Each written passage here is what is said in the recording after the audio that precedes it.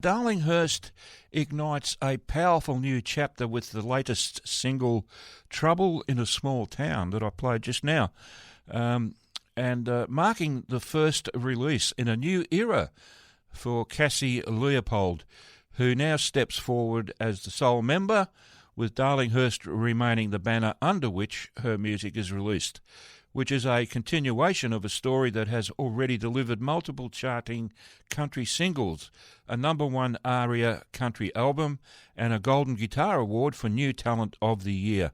And bursting with energy, attitude, and a modern country edge, Trouble in a Small Town blends country grit with contemporary hooks and production. It's a high-impact anthem built for dance floors and loud car stereos, oh yeah, like mine, driven by Cassie's captivating powerhouse vocals. The single follows Darlinghurst's recent career relaunch at the Tamworth Country Music Festival last January, where Cassie headlined her own show and performed as support to Jane Denham, reminding audiences exactly why Darlinghurst became one of Australia's most exciting country acts. Now, I'm delighted to have Cassie standing by on the phone, waiting to have a chat with me on air, so let's bring her on air right now without any further delay. Hello, Cassie, how are you? Hello, how are you? I'm good.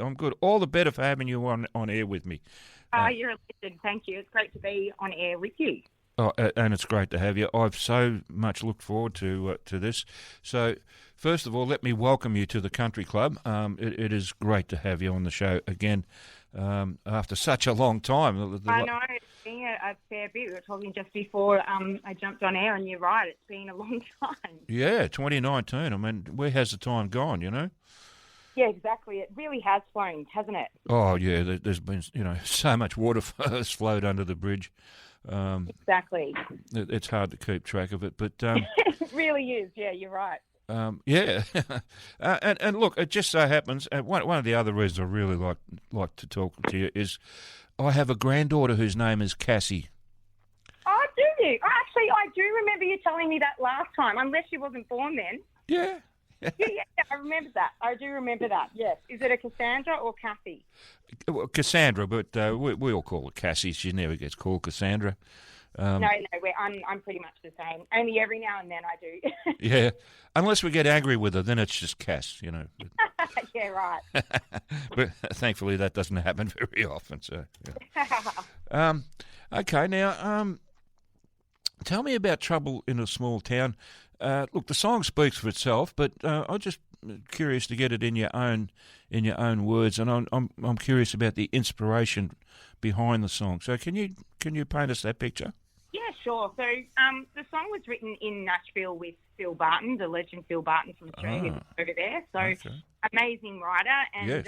Also Pagan was still on the scene then. So we were over there. We with a label called Wild Country Recordings, and they basically paid for us to go over and supported us to do that. And really there was no plan. There was no specific thing that we decided we were going to write about. We just got in the studio, and it really comes down to the rapport you actually have with the person and the people you're writing with. And Sure. It gelled, and it sort of started to come of its own just with like a kind of melody with the guitar, and then there were some lyrics that were thrown around, and then we sort of were discussing how, like, I come from I don't really think it's a small town, but I come from a small town in Echuca, Moama, and, I talk about how everything kind of does a bit of a 360. Like, we have the Blues Festival, and we have riverboats, and we have so many other wonderful things that come into town, Mm-hmm. and talking about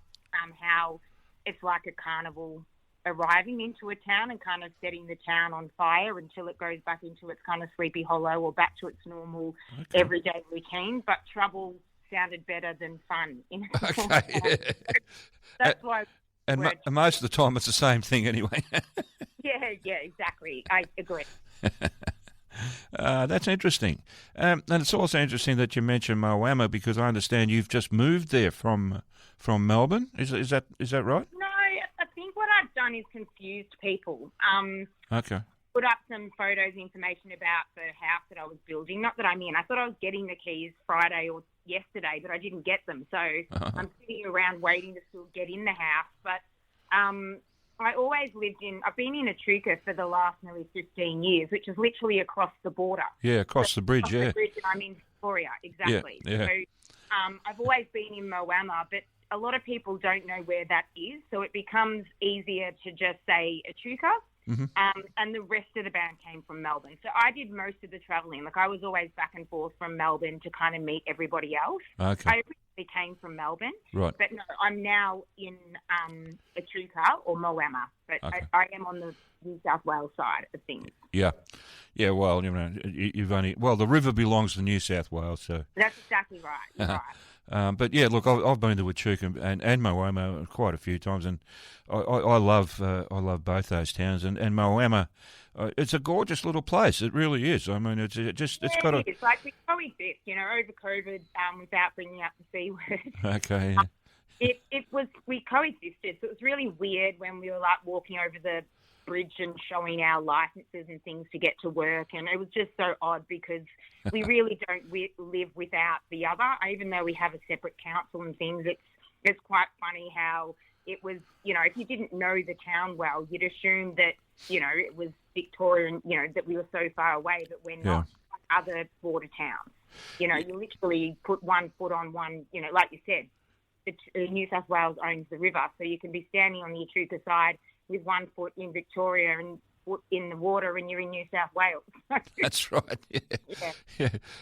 It's sort of like I hate to compare them, but it's sort of like Albury with Wodonga, isn't it? But on exactly the same. Yeah. Exactly the same. Yeah. And I also remember going to Queensland when I was really young and standing on, I think it was a bridge there where you could literally stand in one state and another state at the same time. It was like you were split in half. So I always thought that was quite interesting and couldn't probably grasp it at the time because I was young. But, I love where I live, and it's awesome to go to Melbourne. It's also awesome to go to the Big Smoke and enjoy it, but it's really lovely to get home.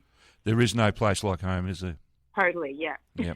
Be it ever so humble. But, okay, so now tell us about the House of Darlinghurst. What's that all about?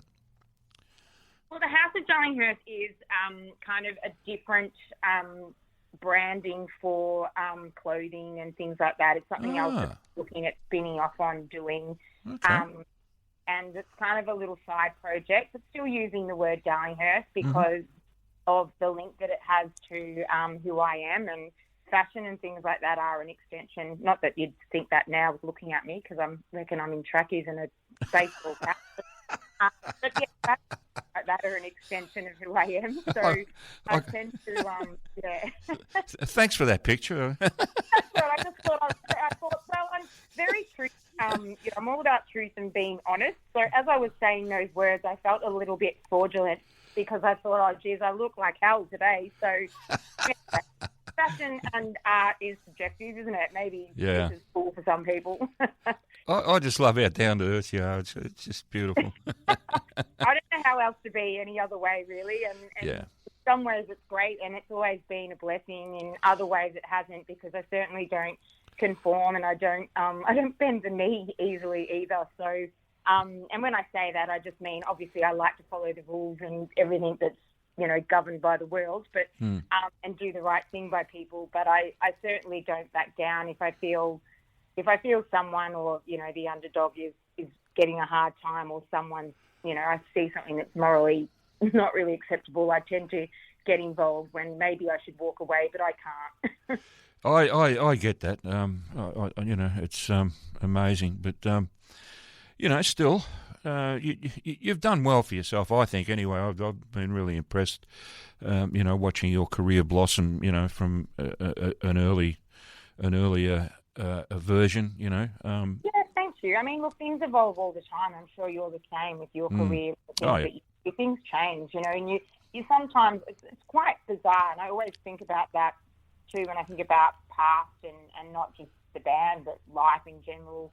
I just think, wow, it almost feels like you've had multiple lives, and then when you settle into one life and you think this is it, sometimes things change and you don't see them coming. But, I've always been about, sort of wiping the dirt off and getting back up and keep moving. Good on you. sort of staying in the one spot. Yeah.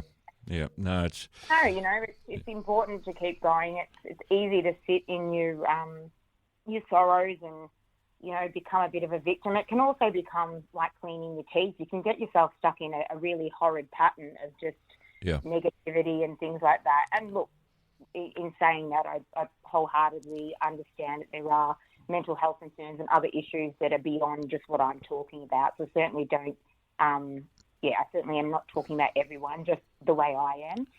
But I've had my downs and my low days, and I do, but I just try to get back up. I tend to just think that I've just got to keep going. Get on with life. Yeah, I would think of, a holding pattern in a plane, just going round and round and never landing, and that's not great. I mean, it doesn't matter if I don't make the airport that I was trying to get to, but I've got to land or I've got to move. And I think of stagnant water, it brings things like mosquitoes, so you just got to keep moving, Yeah, you do. Things happen to movement, You do. I mean, if you stand still, you become a tree, right? That's exactly right. I always remember my nan saying that to me, my mum's mum saying, if you don't move, you'll die. Like, you just keep stopping, like, don't stop. And it is true, I'm my nursing days too, watching people that just don't get up and move, and think of things like hospitals and things like that, where the first thing they do once you've recovered or you're in a position to move is they're like, get up, move, walk. You got to move. Exactly right. You and I are on the same page with that one, no doubt about it. And just looking at my notes here, Sorry, I sidetracked you. Well, I don't follow them most of the time. I just do what But it's just I've always been curious. Well, not curious, but it's I've always thought about the name Darlinghurst, because I mean that's a place up in Sydney, right? It is, yeah. And I always introduce, any time I played a Darlinghurst track, which is fairly often. Thank you. I've always introduced it as the Melbourne band with the Sydney name, Yeah, well, we've confused a lot of people with that, and for a while it was confusing. A lot of people just assumed we must have been from there, and so that took a while for people to get their heads around that. But, we actually did our very first showcase in Darlinghurst. Not that we even thought about that at the time. Okay. It was just that our label, that's where they booked it, not even thinking, and then we all looked at each other and that's weird. We've actually done our showcase in front of, industry and radio people and anybody and anyone that we could, to kind of get a vibe and put ourselves out there with our label. And we all were like, that's so weird. It's actually in Darlinghurst where we did it. So Okay. It was quite strange. But I'm assuming you're going to ask me where the name came from. Right. It's look. I've always been of the opinion that it's the band that makes the name, not the other way around. That's true. Look, you got 4 people. It took us a while. We didn't have a name. I mean, Pagan and I were in a duo called Wild Things, and originally when we started this, it was not ever going to be a 4-piece band. Okay. We were going out as a duo originally, and we had Pete Stacey from Secret Sound Studios and Keith Ridgway that we recorded our first album with. Pete does this. He's quite cheeky, but in a good way. He's also behind Taxi Ride and some other great, amazing bands with lots of harmonies and things like that. But he said, yeah, come in. I'd love to see what you're doing, Cass. And going down that country road suits you. And, just come in, because he hadn't met Pagan before. And, unbeknownst to us, Jason was actually in the studio when we went in. So he was in there, and it was kind of like, we just met him, like, because Pete's got all different producers and people in his studio working at any given time doing different projects and stuff. So I didn't think anything of it, but it turns out that the plan was that he was hoping that Jason, because Jason had done all the writing and stuff in Nashville and worked with other people, and he thought, well, if it gels, we'll see how it goes. So when we first met Jace, it was all about writing for Pagan and I in the project. And things were just working so well that we were like, why don't you be in the band? So it wasn't originally that he was going to be in it. It was the two, and then it was Jason. And then Pete introduced, after we'd recorded, I think, nearly 9 or 10 songs, that's when Matt came into it. So he came in later. But that was like Pete's plan. Like, he was hoping to put sort of that band together. And it kind of happened he never mentioned it. Like, he never said, I want to do a 4-piece. He just waited to see what happened and unfolded. So it kind of worked where before you knew it, we've gone from 2 to 3 to 4, if that makes sense. Yeah. Enough. Well, it was me first. I was in a band first before I met Pagan. Then I travelled overseas, and then Pagan came in to take my position while I went overseas, and then I came back, and then it became the two of us. So the irony in that is it's gone, 1, 2, 3, 4, and now it's gone 4, 3, 2, 1. It's done a complete reverse. So back to what I was when I very first was doing all of this. Okay. But very interesting. Well, that is an interesting story. I must admit I've often been curious about the machinations of bands like Darlinghurst. Because at the end of the day, people come and go, bands come and go. You know what I mean? It seems to be a fluid thing. It's a fluid. Yeah, look, I think so. Like it really does. I think the thing is, Pagan and I worked together for I think 13 or 14 years, and the thing with all of it is, out of everyone in the band, we knew each other probably the best. Right. But every one of us individually were solo artists before we ever got into groups. Okay. I was the lead singer of the band, that she then came in to take my role when I went to America. And when I came back, they asked, you both want to do it? And I was fine with that. Right. But Jason was rightfully not just always writing and doing stuff on the side, but he was out playing solo gigs across Melbourne, and so was Matt. So Right. you've got 4 solo singers together that generally do their own thing, but also have had, out of everybody, I'd done probably the most amount of harmony work just from being in a girl group years ago as well, and it was always a big part of my life with singing. So putting us together was strong, and we came out of the gates like fireworks, That's the impression I got. When you guys were here in the studio and doing your stuff live, that the harmonies were the thing that I noticed the most. Apart from all the other talent, amongst the 4 of you. Yeah. Quite a talented quartet, I have to say. But the hair stood up on the back of my neck when I heard the harmonies. It was just so rare to hear, 4-piece harmonies so tight and that's the part I probably miss a bit. Like, you can't, we'll never get that back, unless I went and got all of these other people in the band. But to kind of come back into Darlinghurst, but for me, I don't really like saying but. I feel like everything after but, not true or something, or before that. Okay. The 4-piece harmonies are exactly what I love, and that's what we were, and that's what we were known for. So now, moving forward into future Darlinghurst, it is all about rebranding and getting new sound out there. Like, even going to Tamworth this year and playing some of the older Darlinghurst songs, which I still will always do because I'm proud of them and I love them. It's different because, we aren't 4-piece anymore. So the branding and the sounds and the songs that I'm writing are all me, and my words, well, they will be. That's what we're moving. I'm actually in the studio next week. Yeah. But and I'm really proud of what I'm doing and what I've got to say. And Country Town did a great article, and when I say great article, not because it was about me, but just they really nailed what it was that I was feeling and how I am moving forward in this next chapter. Yep. And if you do get a chance, have a read, because it really is, there's everything that you could possibly want to know about who I am in terms of my next step for Darlinghurst. But it is going to be different. So I've had to adjust how I deliver music, because I can't, as much as I can get in and do all the harmonies myself, that's not a problem, and I will do on my tracks. They just can't be as prominent like you said, like a quartet, because there's 4 people missing. I have a band where there's 4 of us, and I've got the drummer sings, and so does our guitarist. Okay. But they're not like, it's not their strength. Their playing is their strength. So they feel like doing a few oohs and ahs or a few little doo-wops or some backings like are just okay, but I don't really have anyone in the band strong enough to be going, yeah, I can take on, a third or a second or whatever. So sure, yeah. it is different, but I'm also looking forward to it. And it's also, I think, probably more of a mature sound for me too.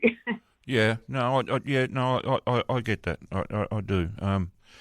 You've got to play to your strengths, I guess. Unfortunately, we're out of time, Cass. I have to wind it up. That's my fault. No, not at all. Not at all. No. I love having someone who can talk because I don't have a problem with that. yeah. Look, otherwise I have to do all the talking, and I do enough. So. But and I don't get paid for it anyway. So. Well, that's the beauty of what you do, though. You do it because you love it, Exactly, yeah. And I do it because of the people I talk to. I love that, I love talking to people and hearing their stories, and it's just it's what turns me on, I guess. Yeah, I get it. All right, look, thank you so much, Cassie, for taking the time to have this chat with me on the Sunday. And I do look forward to doing it again. Well, we will be, hopefully sooner rather than later, because I have Pour Me Another One. My next single's coming out on the 14th of May. Okay. So I'm sure we'll set up another one. We'll talk probably sooner rather than later. I hope that's the case. I really do. I look forward to your next single and whatever else you put out. And I wish you all the best, Cass. Thank you so much. Thanks for having me on. Oh, you're more than welcome. And all the best to you, and, be good. I will, you too. Keep on keeping on. I will. Okay. All right, talk to you next time, Cass. Definitely. See ya. Okay, bye-bye.